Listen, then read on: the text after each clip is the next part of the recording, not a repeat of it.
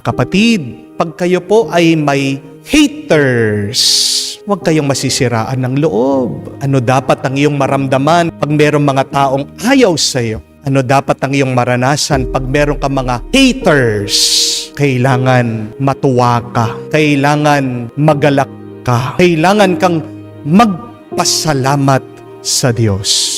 Bakit naman? Kasi po, tandaan nyo ito ha, ang ibig sabihin ng haters ay having anger towards everyone realizing success. Haters, H-A-T-E-R-S, having anger towards everyone realizing success. Bakit merong kang haters? Bakit merong taong galit sa'yo? Bakit taong merong nagbababa sa'yo? Kasi umaangat ka na. Kasi umuunlad ka. Kasi merong mabuting nangyayari sa iyong buhay. May naiinggit sa'yo. Amen? Anong kasabihan natin sa Tagalog? Ang mabungang puno binabato. Mga kapatid, huwag kang magpapa-apekto sa mga nambabato sa'yo. Pag binato ka, kunin mo yung mga bato nila at gamitin mo yan. Pundasyon. Itayo mo dyan ang iyong estatwa.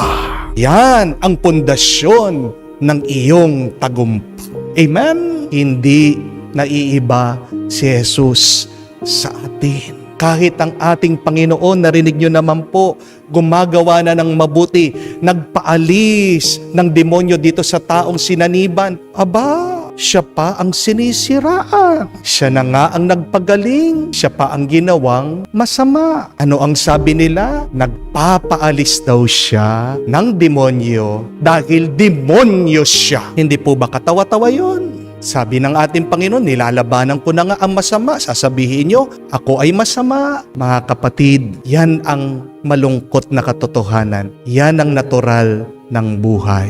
Pag meron kang ginagawang mabuti, ikaw pa ang gagawing masama. Pero ang tanong, bakit kaya? Yan ang pamamaraan ng demonyo. Remember, my dear friends, when we do a mission, there will always be an opposition. Asahan natin yan, mga kapatid.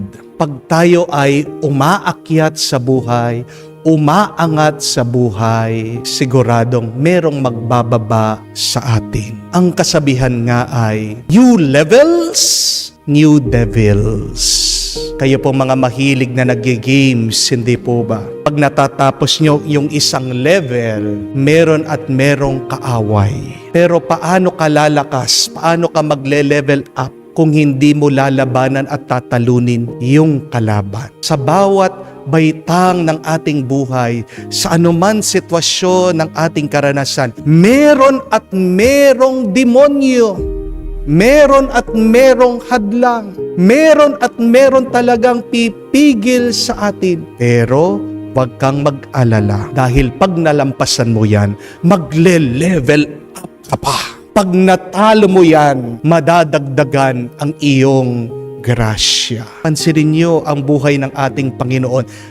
Kahit saan siya pumunta, kahit na may ginagawa siyang milagro, meron at meron tao na nagsasabi ng masama sa kanya. Naiintindihan niya yan. New levels, new devils.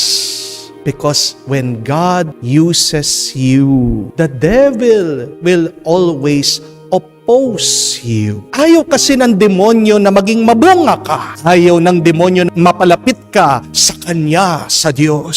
Sisiraan at sisiraan tayo ng demonyo para manatili tayo kung nasaan lang tayo. Para hindi tayo makagawa ng mabuti. Sino mga demonyo sa buhay mo? Sino mga hadlang sa buhay mo? Sino mga nagbababa sa iyo? Katrabaho mo? Naiinggit lang sa'yo yan. Nakikita kang threat kasi natatakot na ma-promote ka. Kapitbahay mo? Nakikita niya kasi masaya ka sa pamilya mo. Ka-church mo? Baka naiinggit kasi ang galing mong mag-serve. O baka close ka kay Father. Sino ang demonyo sa buhay mo? Kaibigan mo? Ka-brother mo, ka-sister mo, best friend mo. Baka mas maganda ka sa kanya. Baka mas gwapo ka. Insecure sila sa iyo. Mga kapatid, huwag mong hahayaan ang mga demonyong ito ang magiging hadlang sa iyong paglago. Ayaw kanilang magtagumpay. Pero labanan mo sila. Magpatuloy ka. Maging tapat ka sa misyon na pinapagawa ng Diyos sa iyo. Ang demonyo, mga kapatid, tandaan niyo po ito. Alam niya ang pangalan natin, pero tinatawag tayo sa ating mga kasalanan. Pero ang Diyos, alam niya mga kasalanan natin, pero palagi tayong tinatawag sa ating mga pangalan. Ang gusto ng demonyo, mahiya tayo sa Diyos. Ang gusto ng masama, masiraan tayo ng loob. Pero ang Diyos, dahil mahal niya tayo, gusto niya palagi na lumago ang ating buhay. Ayaw ng Diyos na tayo mapalayo sa Kanya. Kaya nga ang Diyos, kahit na alam niya yung mga pagkakasala mo, pinapatawad Kanya. Makinig tayo sa boses ng Diyos. At pagpatong-patong na ang mga problema mo sa buhay, tandaan mo, hindi ka nag-iisa. Sana makita mo ang iyong problema bilang isang oportunidad, isang pagkakataon para mag-level up, para lumago, para maging mabunga. Your hindrances are not there to stop you, but your hindrances are there as your stepping board to go up, to be successful. Kung nakikinig ka sa demonyo, titigil ka. Amen? Pero kung makikinig ka sa Diyos, palalampasan mo anuman ang pagsubok, anuman ang hadlang, anuman ang problemang yan. May demonyo ka sa buhay mo, may haters ka ngayon. Huwag kang padidepress. Huwag kang mag-aalala. Huwag mong hahayaan masira ang iyong loob. Kung hindi, magalak ka, magpasalamat ka dahil binibigyan ka ng pagkakataon ng Diyos. Mag-level up, umangat at magtagumpay.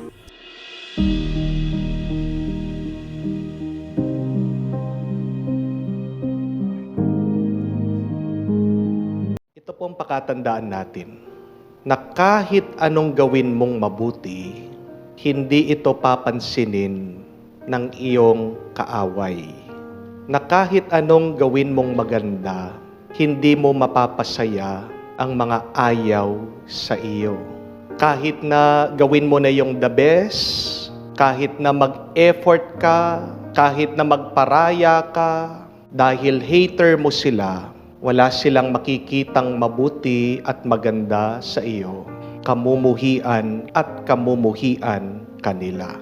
Pero ito naman po ang good news. Minsan sa ating mga kaibigan naman at mga taong nagmamahal sa atin, kahit na hindi ka mag-effort, kahit na hindi mo gawin yung the best mo, mamahalin at mamahalin kanila. We can never please our haters, even if we are already doing our best.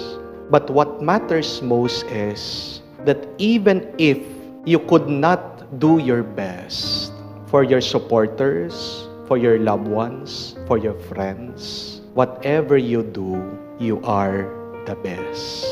It is because they accept you. It is because they love you.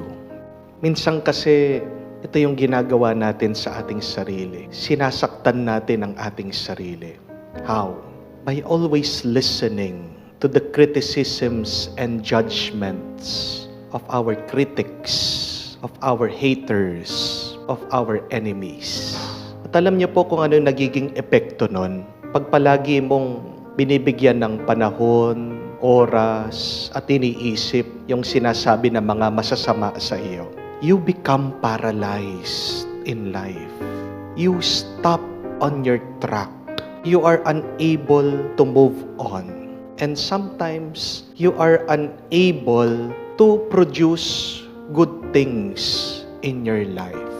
Dahil lang sa pakikinig mo, dahil lang sa pag-iintindi mo, dahil lang sa palagi mong pinuprove ang sarili mo dito sa mga taong ayaw sa'yo.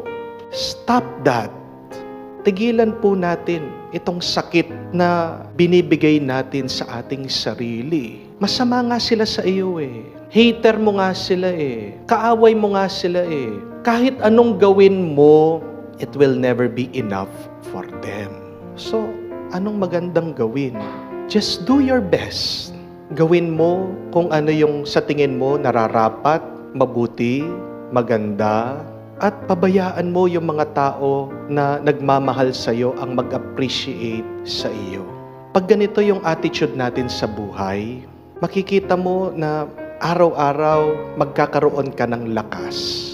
Pag alam mo na mayroong sumusuporta sa iyo na kahit anong gawin mo, palagi kang magiging masaya.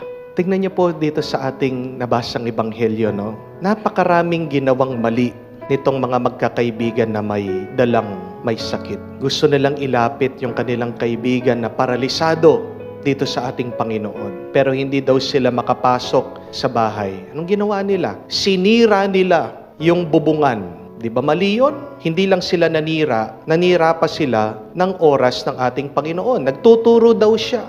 And they interrupted Jesus in His teaching. Pero kahit na nanira na sila, kahit na nag-interrupt na sila, hindi po nakita ng Panginoon yung kanilang mga pagkakamali. Iba yung nakita ng ating Panginoon. Ang nakita niya, yung malasakit na mga magkakaibigan dito sa kanilang kaibigan na may sakit. Ang nakita ng ating Panginoon, yung kanilang pagmamahal sa kanilang kaibigan. At ang nakita ng ating Panginoon ay ang kanilang pananampalataya. Kahit na meron silang ginawang pagkakamali, bakit ang nakita ng ating Panginoon ay yung mabuti? Kasi ang ating Panginoon ay pagmamahal. Jesus is love. And when you love, you cannot help but only see good things. The good effort of people. Sa kabaliktaran naman, itong mga skriba at pariseo, anong nakita nila? Bakit daw nagpapatawad ang ating Panginoon? Kalapastanganan, blasphemy, sabi po nila. Meron na ngang magandang nangyayari, meron na ngang gumagaling, meron na ngang paralisado na naibabalik ang kanyang lakas. Pero tingnan niyo po, nakahanap pa rin sila ng butas. Nakakita pa rin sila ng masama. Why is that? Kasi masama ang nasa puso nila. At tandaan po natin yan. Pag may masama sa puso mo, kahit na anong maganda na nangyayari sa buhay mo, wala kang makikitang mabuti. Because your vision is clouded by that bad and evil thoughts that you have put in your heart. Alisin mo yan. Dahil yan ay nakakasakit sa iyo at sa ibang tao. Virus yan. Anger, judgment can spread. Pag meron ng tao na ganyan sa buhay natin, i-quarantine natin, i-lockdown natin, layuan muna natin. Kesa sa mahawa ka sa kanila, kesa sa maparalyze ka sa kanila, mas maganda lapitan mo yung mga taong nagmamahal sa iyo. Regain your life once again. Draw strength and courage from them, from their love, from their support. Judgment, anger, paralyzes. It stops us in the track of life.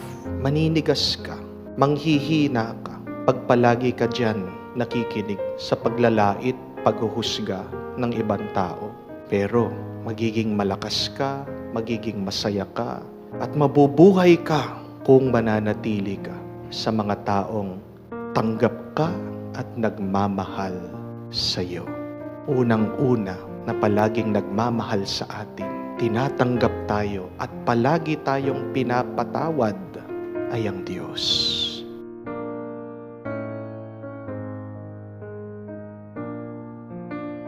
Kaya ba nating kamuhian ang minamahal ng mahal natin? Can you hate those loved by our loved ones? The answer, yes. But the question again is it right? Is it good to hate? The answer, of course not.